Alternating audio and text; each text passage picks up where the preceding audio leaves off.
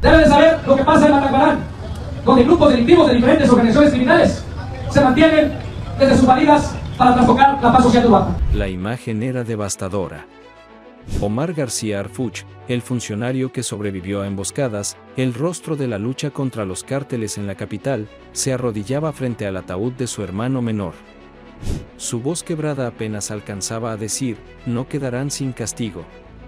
Entre lágrimas, no hablaba como secretario de seguridad, sino como un hombre traicionado, un hermano roto.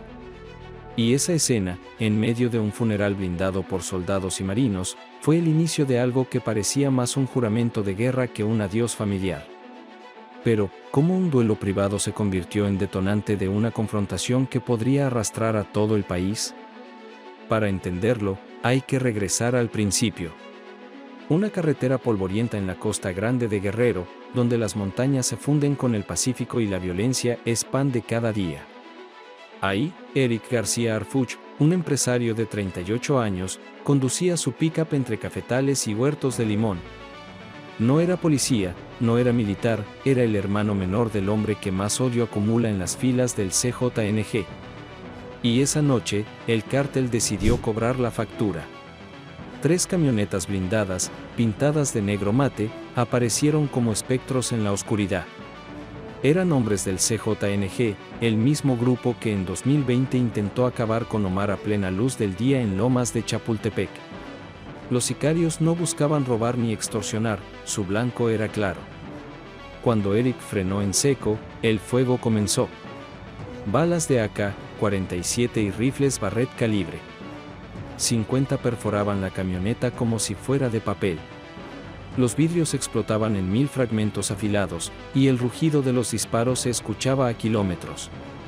Campesinos escondidos entre matorrales contaron después que los hombres lo sacaron a golpes, lo arrastraron por la brecha y lo ejecutaron a quemarropa. Antes de irse, dejaron un teléfono desechable clavado en el parabrisas de la camioneta humeante. El video que contenía fue tan claro como brutal, encapuchados, mostrando armas y diciendo con voces distorsionadas, aquí mandamos nosotros, no tus protectores de la capital. Era un mensaje directo a Omar. Un recordatorio de que en Guerrero, tierra con más de 800 homicidios en los primeros 6 meses de 2025, el poder real lo ejercen ellos. Cuando la noticia llegó a la Ciudad de México a las 3 de la mañana, Omar recibió la llamada en su oficina. Dicen que permaneció en silencio, mirando la pared con los puños cerrados, hasta que sus nudillos se tornaron blancos. Eric no era un soldado, era el hermano que lo acompañaba en su infancia en Guadalajara, el que lo aterrizaba cuando la política lo convertía en otra cosa. Y ahora estaba muerto, usado como mensaje, como advertencia. Para Omar, esa noche, la guerra dejó de ser institucional. Se volvió personal. El pasado familiar pesaba como una maldición. En 2011, ya habían perdido a un hermanastro, Javier García Morales, ejecutado en un ajuste de cuentas con raíces en el viejo cártel de Juárez. Aquella herida endureció a Omar, lo empujó más profundo en la lucha. Pero la muerte de Eric era distinta, era un golpe bajo que tocaba fibras que ni las balas de 2020 habían alcanzado. En cuestión de horas, Guerrero se convirtió en hervidero.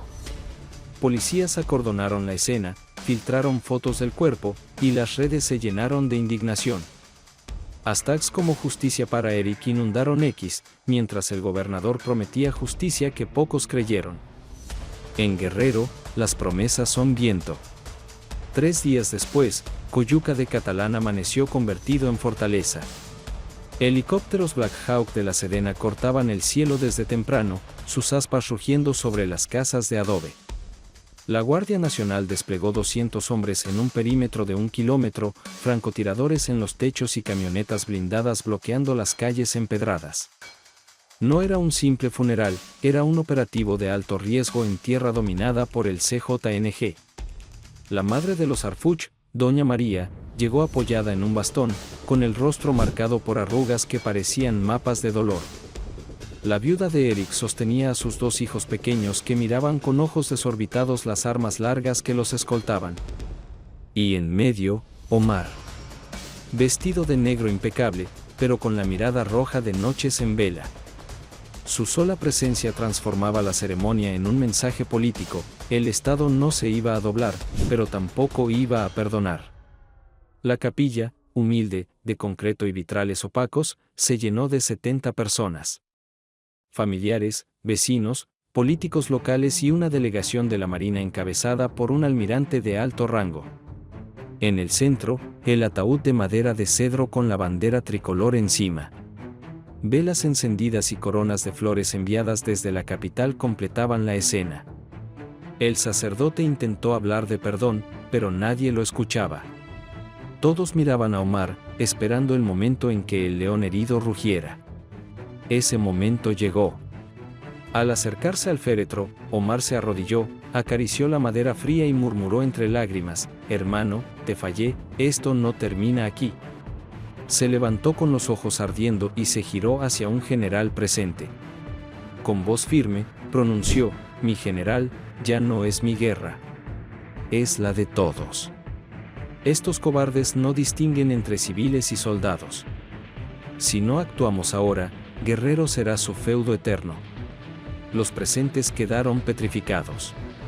Algunos lo aplaudieron, otros se estremecieron. Lo que acababa de decir no era un discurso fúnebre, era una declaración de guerra. Un asistente grabó la escena en un clip de 40 segundos. En cuestión de horas, el video circulaba por WhatsApp y X con más de 100.000 reproducciones. Hashtags como Arfuch no está solo y Venganza por Eric se viralizaron. Lo que debía ser un duelo familiar se convirtió en tendencia nacional. El país entero discutía si Omar había cruzado la línea entre funcionario y vengador. Fuera de la capilla, cientos de pobladores se amontonaban tras las vallas amarillas. Algunos rezaban, otros observaban con temor. En Coyuca, un funeral de alto perfil equivale a pintar un blanco en la espalda de todos los presentes. Y el CJNG lo sabía. 2 camionetas negras sin placas se estacionaron a 500 metros. Nadie bajó de ellas. Solo observaron. La ausencia de violencia fue, en realidad, el mensaje más claro: controlamos tanto, que ni necesitamos disparar. Cuando el cortejo salió rumbo al Panteón Municipal, un zumbido interrumpió el aire sofocante. Drones no identificados sobrevolaban a 300 metros. Los helicópteros de la Sedena despegaron en segundos, pero los drones se desvanecieron en el cielo. Minutos después, uno de ellos soltó una nota atada a un peso de plomo. Decía: «La sangre llama a la sangre. CJNG». Los escoltas lo abatieron con un disparo antes de que tocara el suelo, pero el mensaje ya estaba dado. Un silencio sepulcral recorrió la procesión. En el cementerio, bajo un sol de 40 grados, el ataúd descendió a la fosa. 3 descargas de fusilería resonaron como truenos. Y entonces habló Omar.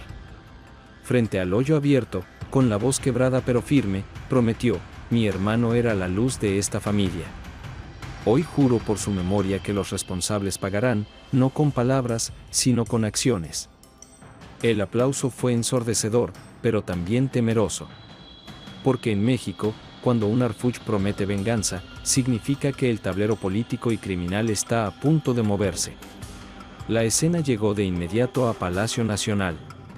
Analistas advertían que un Omar desatado podía convertirse en espada de doble filo para el gobierno de Claudia Sheinbaum. Respaldarlo significaba confrontar directamente al CJNG en uno de sus bastiones. Dejarlo solo significaba fracturar la imagen de fuerza del Estado. En los pasillos del poder, la muerte de Eric ya no era un asunto privado, era un dilema nacional. El asesinato de Eric no solo golpeó a la familia Arfuch, sacudió las estructuras de poder en México. Detrás del dolor público, Omar ya había comenzado a tejer su propia respuesta. En su escritorio, en la Secretaría de Seguridad, descansaba un dossier de 30 páginas con nombres, rutas y fotografías de los principales operadores del CJNG en Guerrero. No solo capós, también policías locales, alcaldes y hasta un comandante que, según filtraciones, había entregado información al cártel a cambio de $1 millón. Era un mapa de guerra personal, un plan que iba más allá de la justicia, era la hoja de ruta de una vendetta. Mientras tanto, Guerrero hervía. En menos de una semana, se reportaron narcobloqueos en carreteras, incendios de tráileres y rumores de enfrentamientos en la sierra. La FGR confirmaba 200 evidencias recolectadas, casquillos que vinculaban armas del ataque a otros 3 homicidios, mensajes encriptados en celulares quemados, y videos que mostraban a sicarios entrenando en campamentos clandestinos. En las comunidades, los pobladores susurraban, esto apenas empieza. Pero lo que más alarmó fue el hallazgo de un dron interceptado en la zona. Estaba modificado para cargar explosivos. Según inteligencia militar, era prueba de que el CJNG estaba dispuesto a escalar la guerra a un nivel tecnológico inédito en el país. Y cada señal apuntaba a un mensaje: el funeral de Eric no fue el final, fue apenas el inicio de un pulso de poder. En Palacio Nacional, los asesores de la presidenta Sheinbaum debatían contrarreloj. Respaldar la ofensiva de Omar, aun con el riesgo de una guerra abierta con el cártel más poderoso de México, o contenerlo, a riesgo de que pareciera una traición institucional. Un memo filtrado hablaba de un presupuesto secreto de 500 millones de pesos para operativos en Tierra Caliente, con cláusulas ambiguas que sonaban más a guerra encubierta que a protocolos oficiales. Mientras tanto, la familia de Eric enfrentaba su propio duelo. Su viuda, Laura, maestra rural, declaró entre lágrimas que pensaban mudarse a Guadalajara para empezar de nuevo. Sus hijos, apenas de 5 y 7 años, preguntaban por su papá sin entender que se había convertido en mártir de una batalla que nunca eligieron. Ese dolor invisible, el de miles de huérfanos de la violencia, era el recordatorio más cruel de que las promesas de justicia rara vez alcanzan a quienes más la necesitan. Pero en medio de la tragedia hubo un respiro inesperado. En el funeral, mujeres indígenas de la comunidad náhuatl llegaron con ofrendas de copal y maíz azul, rezando en lengua originaria por el alma de Eric. La tierra no olvida, la justicia vendrá del viento, dijo una anciana. Omar las abrazó. En ese gesto, la figura del hombre de acero se humanizó por un instante, recordándole al país que incluso los guerreros necesitan fe para seguir. Los días siguientes confirmaron que la tormenta apenas comenzaba. Omar ordenó redadas en Tepito e Iztapalapa, aunque su mente seguía en Guerrero. En su lista destacaba un objetivo, un operador apodado El Jaguar, lugarteniente clave en la Costa Grande, con rutas de trasiego hacia Manzanillo. Si caía, sería el golpe más fuerte al CJNG en años. Pero si escapaba, el contraataque sería brutal. La prensa internacional se hizo eco. The New York Times tituló: El narco golpea el corazón de un funcionario mexicano. BBC destacó: un duelo personal amenaza con desatar una guerra nacional. Y en México, la opinión se dividía: unos veían en Harfuch al héroe dispuesto a enfrentar lo imposible, otros lo consideraban un hombre cegado por la venganza que podía incendiar al país. En Coyuca, la tumba de Eric se llenaba cada día de flores frescas y velas encendidas. El panteón municipal se convirtió en un símbolo, visitado por pobladores que decían orar por él, pero también por hombres armados que vigilaban a distancia. Era un recordatorio de que, en esta tierra, ni los muertos descansan en paz. Y entonces, la gran pregunta se instaló como un eco en todo México: ¿la muerte de Eric fue un ataque directo a un civil inocente o un movimiento calculado para quebrar a Omar desde adentro? Sea como sea, el mensaje era claro: el crimen organizado ya no se limita a disputarse territorios, ahora apunta directo al corazón de quienes lo enfrentan. Omar, endurecido por la pérdida, prometió que este sería el principio del fin para la célula de Guerrero.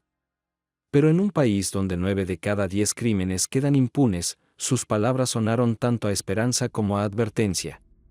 Porque la justicia en México siempre camina sobre un filo delgado, puede ser el inicio de un nuevo orden o el detonante de más sangre.